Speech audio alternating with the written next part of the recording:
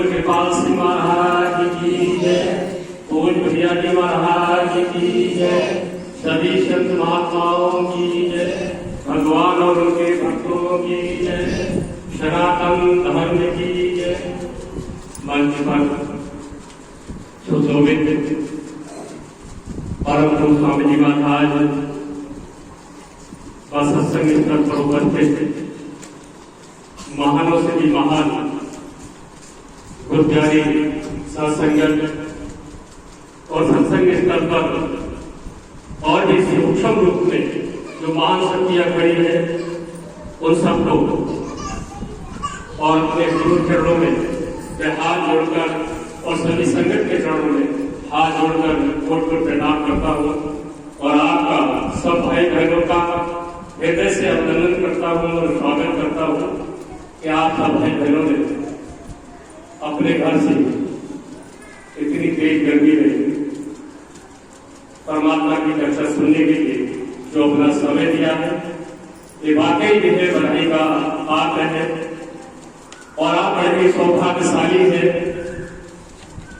कि परमात्मा ने आप पर इतनी दया की है, कृपा की है कि आपने इस गर्मी का ध्यान न रखकर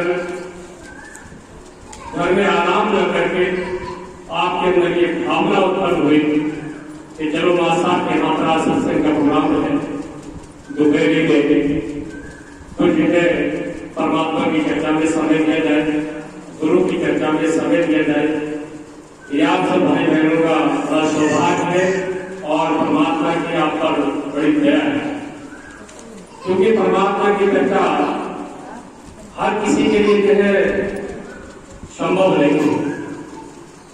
ये गुरबाणी में लिखा है, सभी शास्त्रों में लिखा है, परमात्मा की चर्चा में वही जीव वही व्यक्ति बैठते हैं जिस पर हृदय राम की कृपा होती, प्रभु की दया होती है और उनके गुरु की कृपा होती है। तो सबसे पहले मैं राज साहब का हृदय से अभिनंदन करूंगा, स्वागत करूंगा कि उन्होंने ये प्रोग्राम हर महीने जो अपने यहाँ पर रखा है वो अपना समय भी देते हैं और जो भी गुरु की कृपा से सत्संग में अपना सहयोग कर पाते हैं। अगर कोई प्रोग्राम नहीं करते तो शायद हम सब भाई बहनों के लिए परमात्मा की चर्चा आज नहीं मिल पाती। तो उनका मैं हृदय से अभिनंदन करता हूँ, स्वागत करता हूँ और आप सब भाई बहनों का भी हृदय से अभिनंदन करता हूँ, क्योंकि आप सब भाई बहन सत्संग स्तर पर नहीं उपस्थित होते, सत्संग स्तर की शोभा नहीं बढ़ाते, तो फिर जो है गुरु चर्चा जो है भाई किसके सामने की जाए। तो इसलिए जो है आप सब भाई बहनों का भी बड़ा धन्यवाद करता हूँ और आपको बताऊं भाई, मैं ना कोई वेद शास्त्र के बारे में जानता हूँ, मुझे न वेद आता है, न रामायण, न गीता, न बाइबल और गुरबाणी को भी शब्दों को मैं समझ नहीं पाता हूँ। पर लेकिन स्वामी जी महाराज चलते रहे, उनका हुक्म था सत्संग सेवा करने का, कोई भैया जी महाराज आ गए, उन्होंने आदेश कर दिया। तो सेवा जो है जो मिली है, सेवा करने का प्रयास करता हूँ, पर सेवा सही से हो पा रही है कि नहीं हो पा रही है ये तो केवल गुरु महाराज को पता है। तो कहीं बोलने में गलती हो सकती है, कहीं ना कहीं जो है समझाने में गलती हो सकती है, क्योंकि अनपढ़ व्यक्ति तो एक जो है अनपढ़ ही है। पर आपसे अनुरोध है, निवेदन है कि जो भी आपके सामने बोला जाए एक एक शब्द को बड़े गौर से सुने और गलतियां जहां भी हो उनको पकड़ने का प्रयास करें और बाद में सत्संग के समापन के बाद हमें बताने का कष्ट करें कि आपने यहाँ पर गलत बोला, इसका अर्थ ये नहीं, ये है। मैं आपका बड़ा आभारी रहूंगा, दोबारा उस गलती को किसी दूसरी जगह नहीं करूंगा ताकि कोई भाई कहे आपने गलत बोला, क्योंकि जरूरी नहीं है कोई व्यक्ति सत्संग बैठकर बोल रहा है वो ज्ञानी है और जो भाई सुन रहे हैं वो ज्ञानी नहीं है, वो हमसे कई गुना ज्यादा ज्ञानी है और वो हमसे कई गुना ज्यादा भाव वाले हैं। केवल सत्संग करने वाला ही कोई भाव वाला नहीं होता है और न ज्ञानी होता है, ये अपनी अपनी समझ है, पर मेरा ये मानना है। तो आप सब लोग भाई बहन जो भी बैठे हैं, जब तक परमात्मा की चर्चा चलती रहे बड़े गौर से परमात्मा की चर्चा को सुने। प्रेम से बोलो स्वामी जी महाराज की। स्वामी जी महाराज अक्सर कहा करते थे कि पौड़ी झूठी हाथ बनाए अहले जन्म दबाए। हमारे सभी शास्त्रों में कहा कि जो हमें और आपको मानव शरीर मिला है, ये मानव शरीर जो है बड़ी मुश्किल से मिला, बड़ी मुश्किल से। कुछ बातें आपके सामने शास्त्रों की पढ़ी हुई बताई जाएगी और कुछ अनुभव की बात ही होगी। तो हम जिस शोले में बैठे हुए, जो लोग इस शोले को छोड़ करके चले गए, भूत प्रेत या किन्नर या देवी देवता बन रहे हैं, आप अगर उनसे पूछेंगे क्या आप लोग सगुन में हैं या सुख और शांति में हैं या हम मनुष्य योनि वाले सुख और शांति में हैं, तो देवी देवता भूत प्रेत सभी इस बात को कहेंगे कि आप लोग जो है जिस योनि में हो, ये योनि जो है एकदम 84 लाख रुपया भुगतने के बाद प्राप्त होती। हम इस योनि की तरस रहे हैं। रामायण में हमारे मां साहब ने दोहा कहा था, और जो है रामायण में कहा भी गोस्वामी तुलसीदास जी ने अपना अनुभव देखा।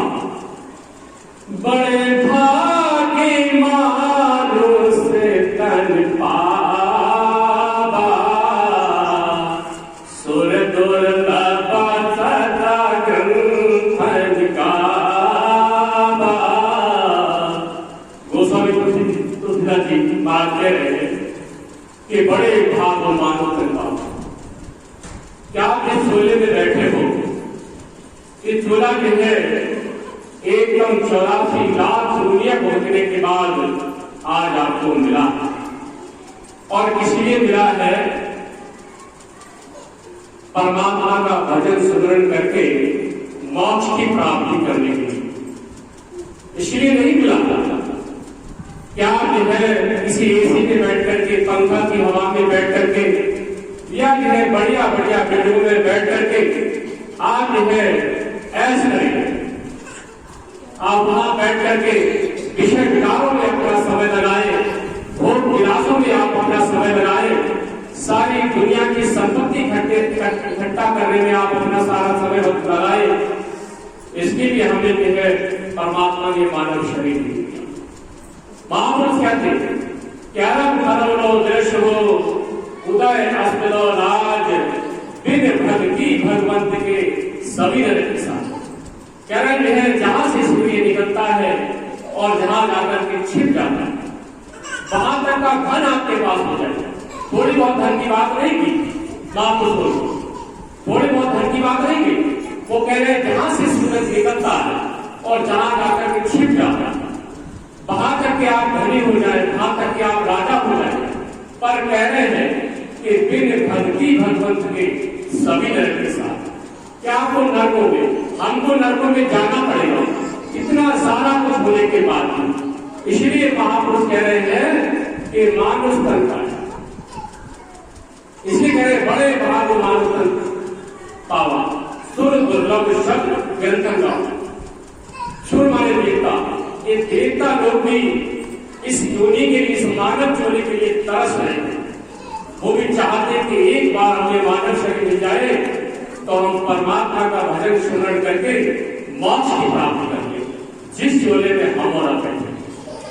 और ये चोला हमारे लिए ऐसे नहीं मिला, इसका तो हमें पता कब लगेगा कि जब हमें चोले को छोड़ करके जाएंगे और धर्मराज इस चोले का किराया मांगेंगे कि आपको इतने समय के लिए ये चोला दिया था और ये इतनी सांसें आपको दी थी, इतनी सांसों में, इतने समय में आप उस परमात्मा का भजन सुमरण करके मोक्ष की प्राप्ति करना है। आपने मोक्ष की प्राप्ति के लिए परमात्मा का भजन नहीं किया, सुमरण नहीं किया, नरकों में चले जाओगे। एक बहन जी भी शब्द गा रही थी कि गुरु जी आपके हाथ में कलम दबाते हैं, भाग्य मेरा अच्छा